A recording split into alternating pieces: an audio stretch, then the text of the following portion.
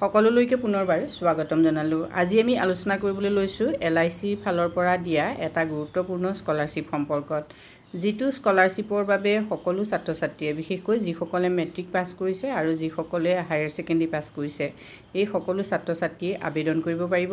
যিটো স্কলাৰশ্বিপত বছৰি 40,000, 30,000, 20,000 আৰু 10,000কৈ স্কলাৰশ্বিপ ছাত্ৰ-ছাত্ৰীসকলে লাভ কৰিব। হায়াৰ ছেকেণ্ডেৰী পাছ কৰি যিকোনো ভকেশ্যনেল কোৰ্চ কৰা ছাত্ৰ-ছাত্ৰীসকলো লাভ কৰিব পাৰিব। সাধাৰণতে আমাৰ বহুতো স্কলাৰশ্বিপ দেখা যায় যে আমি যদি জেনেৰেল ডিগ্ৰী কোৰ্চ কৰোঁ তেতিয়াহ'লে স্কলাৰশ্বিপবোৰ দিয়া হয়, কিন্তু এইটো এনেকুৱা এটা স্কলাৰশ্বিপ যে ভকেশ্যনেল কোৰ্চ কৰিলেও ছাত্ৰ-ছাত্ৰীসকলে পাব, ITI দৰে কোৰ্চৰ কাৰণেও পাব বা DLED কোৰ্চৰ কাৰণেও পাব। ইয়াৰ উপৰিও যদি কোনোবাই ডুৱেল ডিগ্ৰী কোৰ্চ কৰিছে তেতিয়াহ'লেও এই স্কলাৰশ্বিপটো লাভ কৰিব। ছাত্ৰ-ছাত্ৰীসকলে ইচ্ছা কৰিলে এই স্কলাৰশ্বিপটোৰ বাবে আবেদন কৰিব পাৰে। এই স্কলাৰশ্বিপটো হ'ল LICৰ গোল্ডেন জুবিলি স্কলাৰশ্বিপ 2025। LICৰ গোল্ডেন জুবিলি এই যিটো স্কলাৰশ্বিপ, ইয়াৰ মূল লক্ষ্য হৈছে যিসকল ছাত্ৰ-ছাত্ৰী বিশেষকৈ উইকাৰ ছেকশ্যনৰ হয়, মানে যিসকলৰ আৰ্থিকভাৱে কিছু দুৰ্বলতা আছে, সেইসকল ছাত্ৰ-ছাত্ৰীক এই স্কলাৰশ্বিপটো দিয়া হয়। কোনে কোনে স্কলাৰশ্বিপটো পাব তোমালোকে সেই সম্পৰ্কত চোৱা। The scholarship is to be awarded for students studying in the India in a government or private colleges universities. It shall also cover technical and vocational courses in industrial training institutions, industrial training centers affiliated with the National Council for Vocational Training (NCVT), and also integrated courses after 12. Standard scholarship shall be of two types: general scholarship and special scholarship for girls. কোনো ধৰণৰ private কলেজতো যদি পঢ়িছা তেতিয়াও তোমালোকে এই স্কলাৰশ্বিপটোৰ বাবে আবেদন কৰিব পাৰিবা, আৰু ইণ্ডাষ্ট্ৰিয়েল ট্ৰেইনিঙৰ কৰা যিসকল ছাত্ৰ-ছাত্ৰী তেওঁলোকেও পাৰিবা। ইয়াত দুটা টাইপত স্কলাৰশ্বিপটো আছে। প্ৰথম আহিলে জেনেৰেল স্কলাৰশ্বিপ এটা আৰু স্পেচিয়েল স্কলাৰশ্বিপ ফৰ গাৰ্লছ এটা, মানে সকলো ছাত্ৰ-ছাত্ৰীৰ কাৰণে, আৰু এটা স্পেচিয়েল গাৰ্লছ ষ্টুডেণ্টৰ বাবে। এতিয়া এলিজিবিলিটি কি কি চোৱা। জেনেৰেল যিটো স্কলাৰশ্বিপ সেইটো হ'ল after class 12 passed, all candidates who have pass class 12 exam or its equivalent regular vocational diploma with at least 60% marks or equivalent CGPA grade in the academic year 2022-23, 2023-24, 2024-25 and এই 2022, 23, 24, 25 এইকেইটা বছৰত যিসকল ছাত্ৰ-ছাত্ৰীয়ে ইতিমধ্যে class 12 complete কৰিছে বা পাছ কৰিছে, 60% marks লৈ ৰেগুলাৰ বা ভকেশ্যনেল বা ডিপ্ল'মা যিকোনো কোৰ্চ যদি এওঁলোকে পাছ কৰিছে, বিশেষভাৱে হায়াৰ ছেকেণ্ডেৰী লেভেলৰ, সেইসকল ছাত্ৰ-ছাত্ৰী এই স্কলাৰশ্বিপৰ বাবে উপযোগী হ'ব।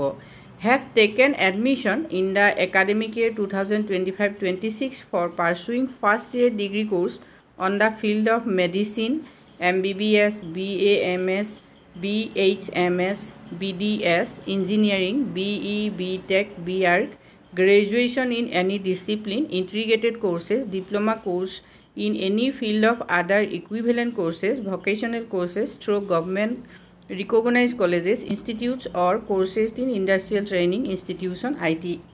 এই সকলো ষ্টুডেণ্ট এই স্কলাৰশ্বিপৰ বাবে উপযুক্ত হ'ব। আৰু লগত এটা ইয়াত কণ্ডিশ্যন আছে, সেইটো হ'ল have parents guardians with an annual income from all sources not exceeding ₹4,50,000 per annum. অৰ্থাৎ বছৰি তোমালোকৰ অভিভাৱকৰ ইনকামটো 4,50,000 টকাৰ ওপৰত হ'ব নালাগিব। তেতিয়া এই সকলো ছাত্ৰ-ছাত্ৰীয়ে এই স্কলাৰশ্বিপৰ বাবে আবেদন কৰিব পাৰিব। আৰু এটা স্কলাৰশ্বিপ আছে ইয়াত আফটাৰ ক্লাছ 10। এতিয়া 10ম শ্ৰেণী পাছ কৰাৰ পাছৰ যিসকল ছাত্ৰ-ছাত্ৰী সেইসকলৰ বাবেও জেনেৰেল স্কলাৰশ্বিপটো সেইসকলৰ বাবেও আছে।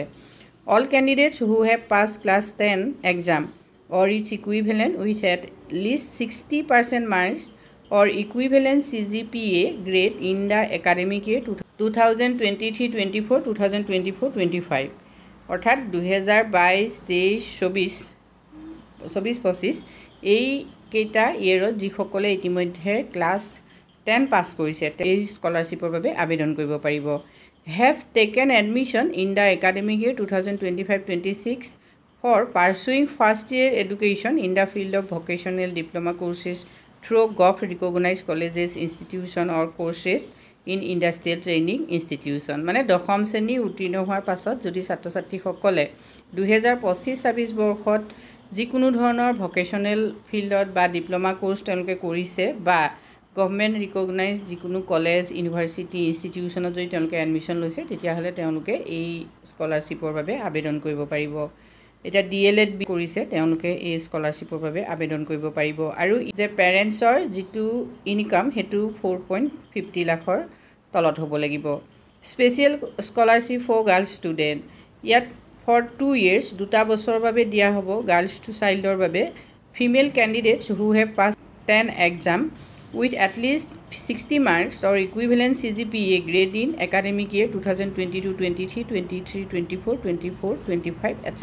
এইকেইটা বছৰত পাছ কৰা ছাত্ৰীসকলে এই স্কলাৰশ্বিপৰ বাবে আবেদন কৰিব পাৰিব আৰু তেওঁলোকৰ GPA 60%ৰ ওপৰত হ'ব লাগিব। 2025-26ৰ একাডেমিক ইয়েৰত তেওঁলোকে এডমিশ্যন ল'ব লাগিব। ভকেশ্যনেল ডিপ্ল'মা কোৰ্চেছ যিয়ে নহওক সকলো কোৰ্চৰ ছাত্ৰীয়ে এই স্কলাৰশ্বিপৰ বাবে আবেদন কৰিব পাৰিব আৰু পেৰেণ্টছৰ ইনকাম একেই হয়। গাৰ্ল চাইল্ড ষ্টুডেণ্টৰ বাবে 2 বছৰৰ বাবে এই স্কলাৰশ্বিপটো দিয়া হ'ব। এনুৱেল স্কলাৰশ্বিপৰ এমাউণ্টটো হ'ল 40,000 MBBS, BAMS, BHMS, BDS এইসকলৰ বাবে আৰু প্ৰতি বছৰে 20,000কৈ টকা দিয়া হ'ব।